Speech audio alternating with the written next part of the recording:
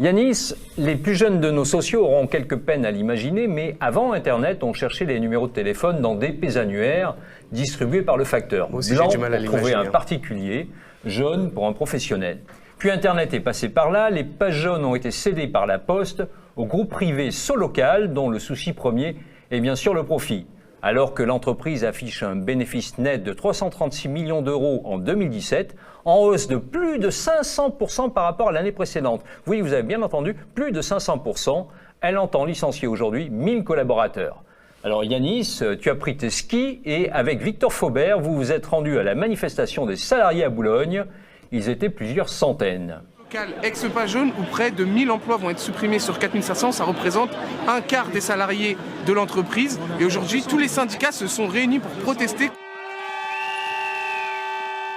Alors, qu'est-ce que vous demandez aujourd'hui ?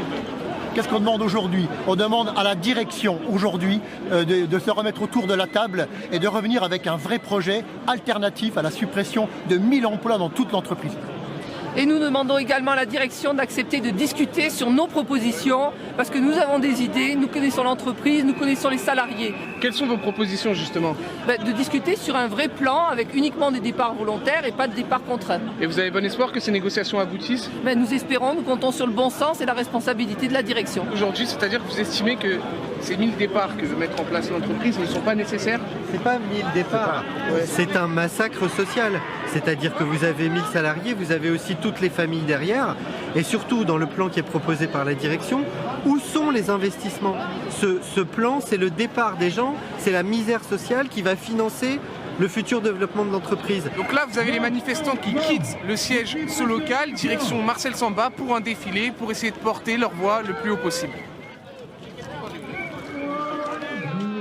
Alors il faut savoir que Solocal, en 2017, ils ont enregistré un bénéfice net de plus de 300 millions d'euros, soit une hausse de 500% par rapport à 2016. On a donc voulu savoir pourquoi ces suppressions d'emplois, mais ils n'ont pas souhaité répondre à nos questions.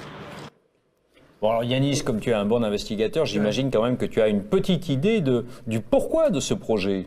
Alors oui, en fait, ils veulent en faire encore plus d'économies. En fait, d'ici à 2020, les implantations de Solocal en France passeraient donc de 23 sites à 4 gros sites, donc à Lille, Rennes, Bordeaux et Lyon, sans compter celui bien sûr de Boulogne-Billancourt. En fait, cette nouvelle réorganisation leur permettrait d'économiser 120 millions d'euros, en plus, donc comme tu l'as dit, des 336 millions qu'ils ont donc économisés cette année. C'est assez dingue, hein ?